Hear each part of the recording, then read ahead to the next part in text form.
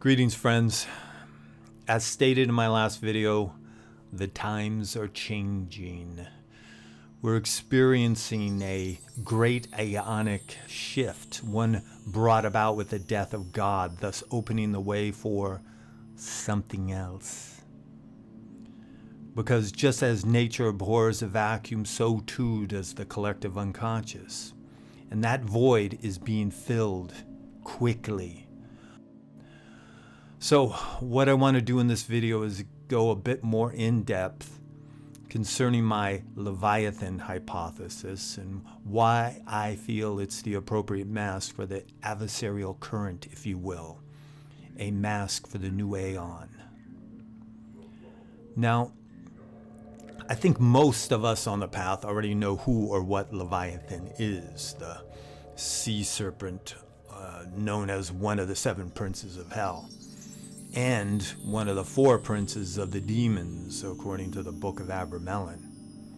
So as a demonic entity, Leviathan is well known within the dark occultic community. But there are deeper aspects to this beast of the primordial chaos. Much deeper.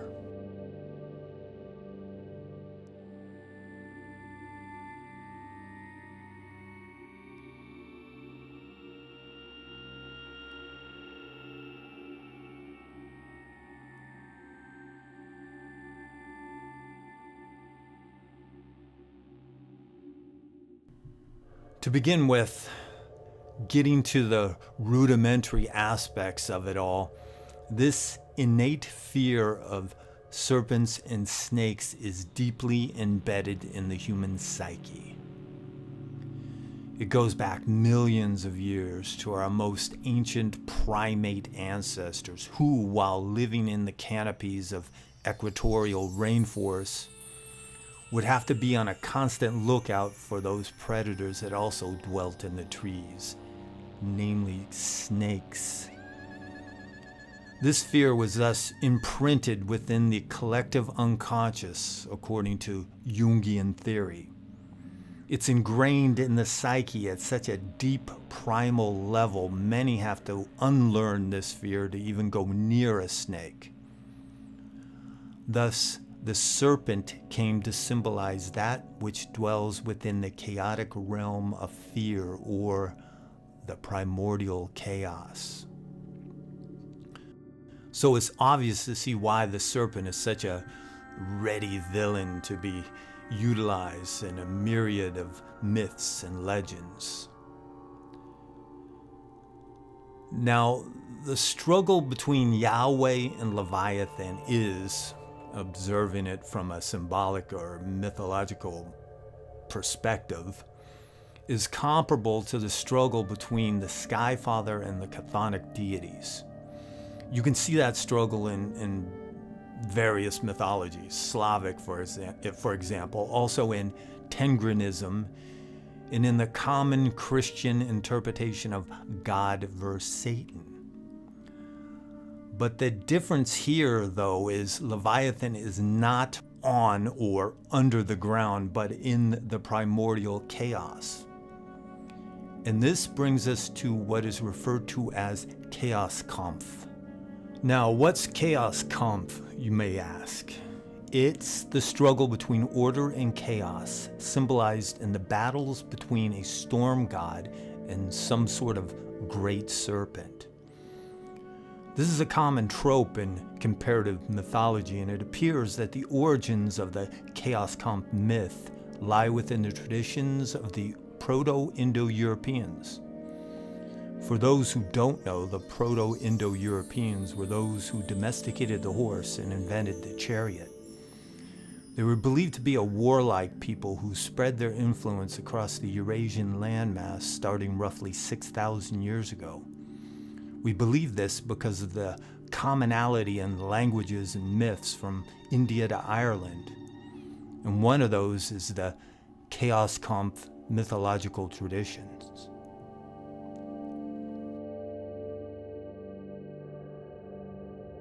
Indo-European examples of this mythic tradition include Marduk versus Tiamat, Zeus versus Typhon, Indra versus Vritra, and Thor versus Jormungandr, to name but a few.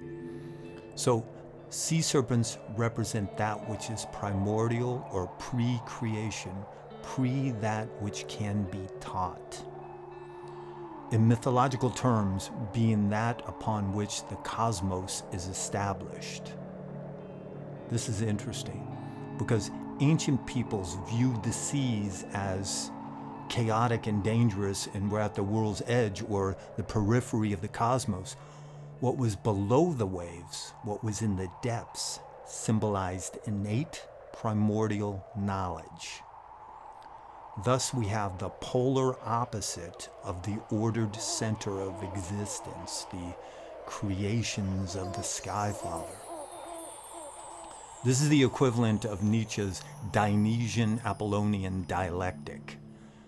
Hence, the depths symbolize the source of primal gnosis, that which cannot be learned, but instead revealed. To put it simply, this is knowledge from deep in your psyche. And because that which arises from the abyss is portrayed as monstrous serpents, this suggests their nature is antithetical to the more benevolent anthropomorphic deities. You see, chaos in order. This theme is evident in Christian mythology, where Leviathan is synonymous with the hellmouth, which leads into the abyss. Now, to further this hypothesis, according to Jung, serpents also represent how consciousness intertwines with unconsciousness. And what we're doing on this path, on the left-hand path, is, whether you realize it or not, entwining our conscious with the subconscious. But we're doing it on our own terms, without the guidance of the Sky Father. See where I'm going with this? Even the Celtic Druids believed serpents had primordial knowledge. They believed this knowledge was obtained during the winter hibernation months when the snakes visited the subterranean realms to connect with the gods of the underworld, not to return again until spring. This is a symbolic representation of what Jung was talking about, going down into the subconscious and returning with answers, which wouldn't be unlike a shaman who delves into the underworld to commune with the spirits in order to bring back knowledge. And if you know anything about the Abrahamic traditions, the serpent also represents the evil adversary because it's a source of wisdom and temptation, personal wisdom, not that which can be bestowed upon one from on high, from the Sky Father. Something deeper than that which can be learned.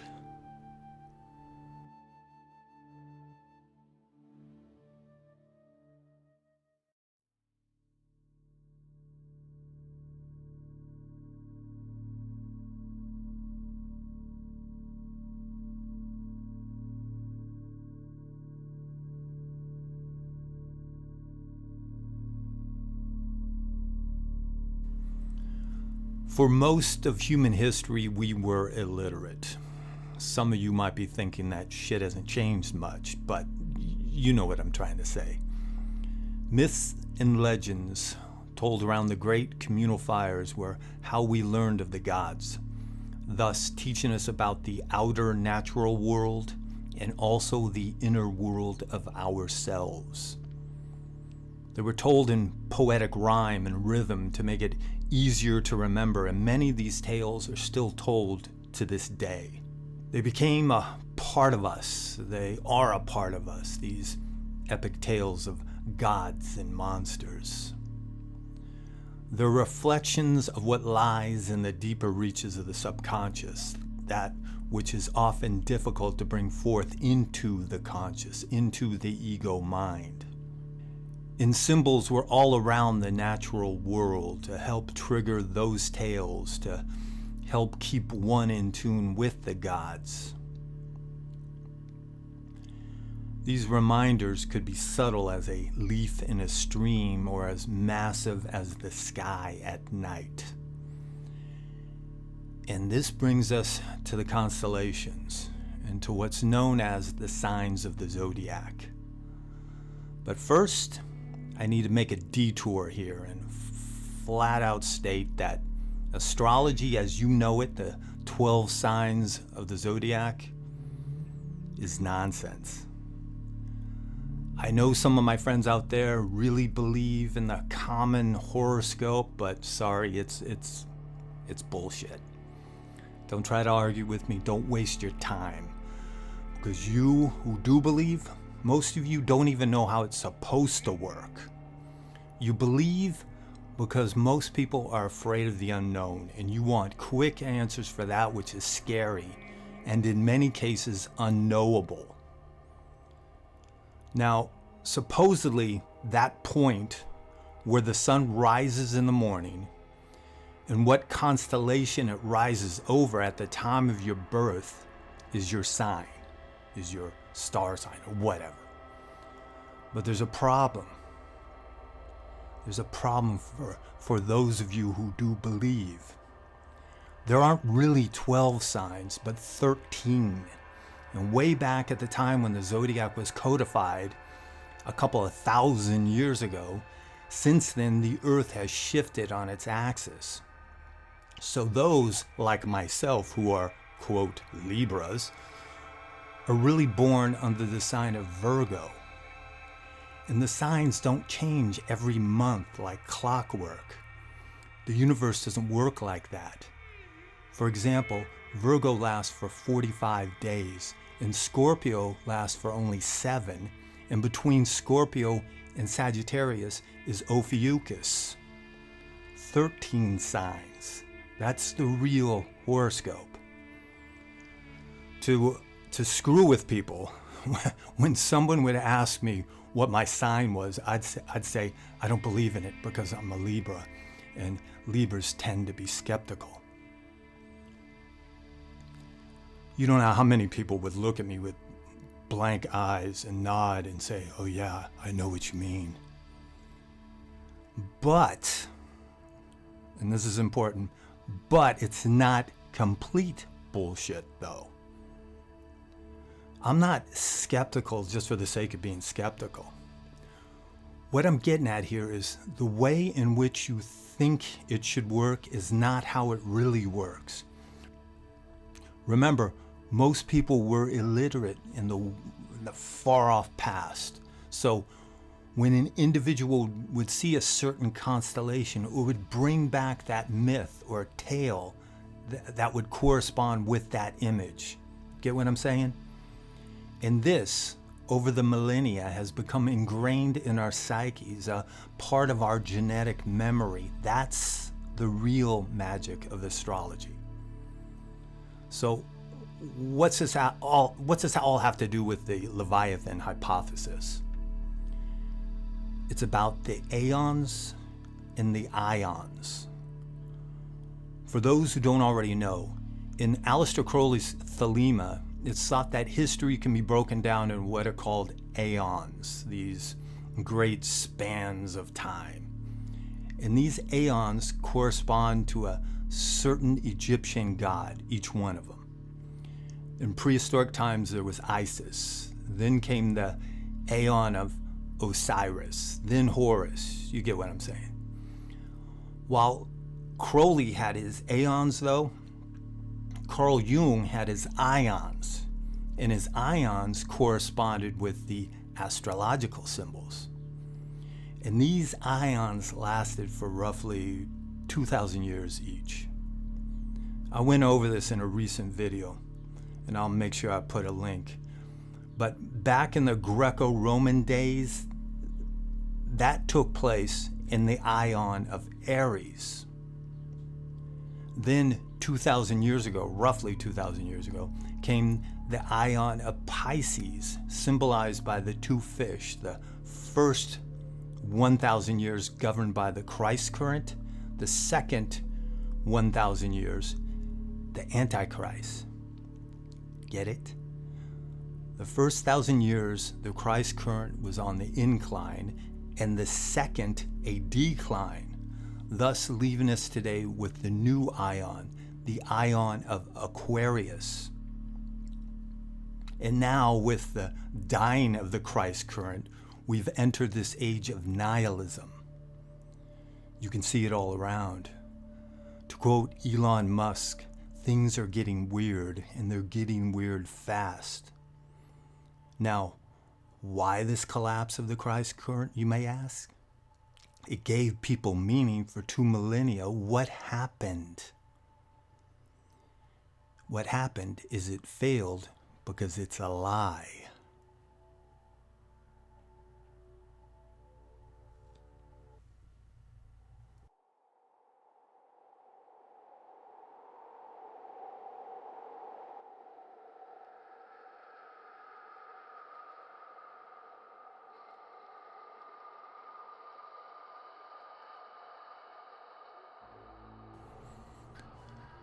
The popularity of the myth of Christ is founded on the idea of the ideal man or person.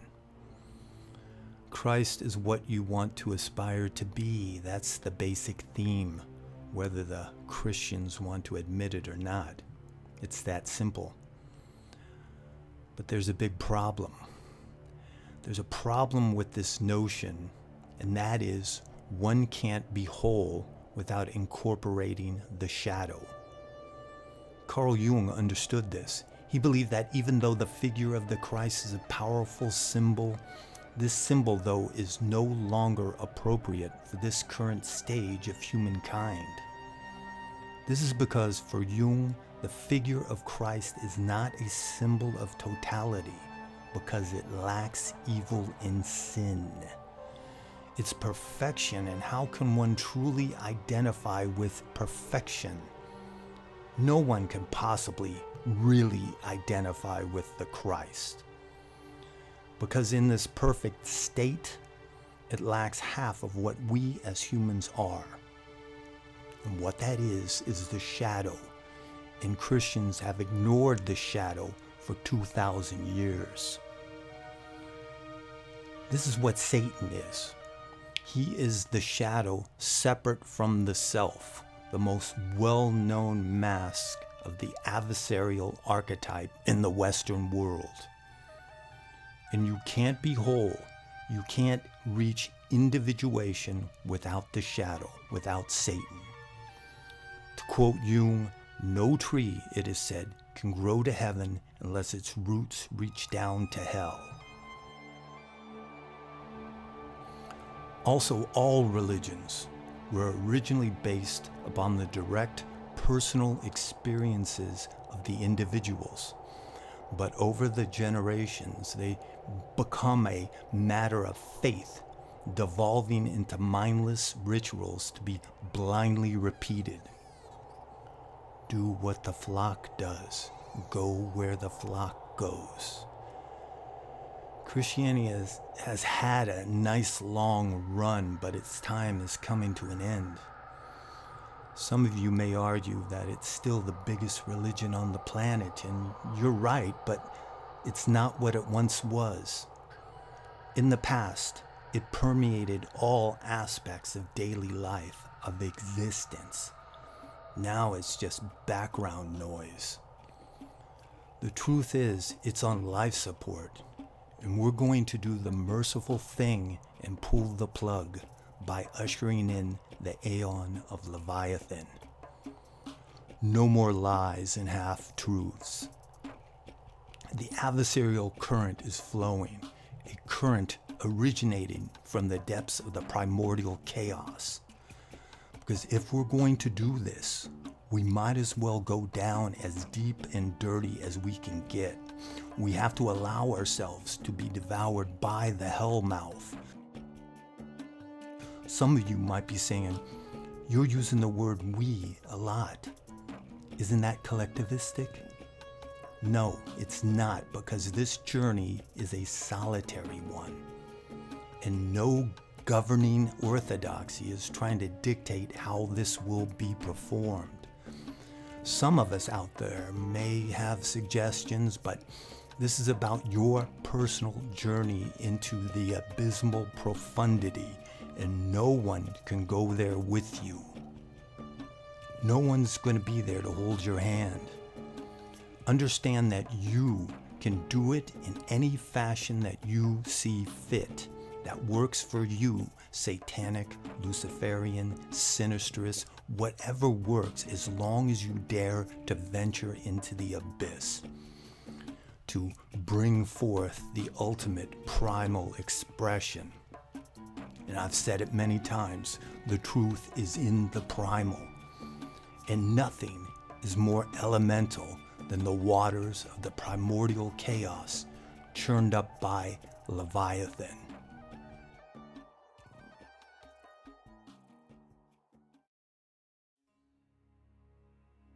In conclusion, with the coming of a new Aeon, we can either continue to lie to ourselves, pretending that we too can reach perfection, or we can be honest and find personal meaning in our bold-faced honesty.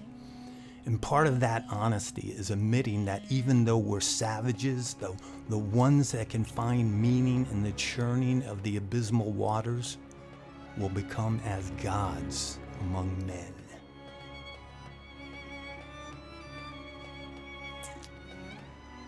Until next time.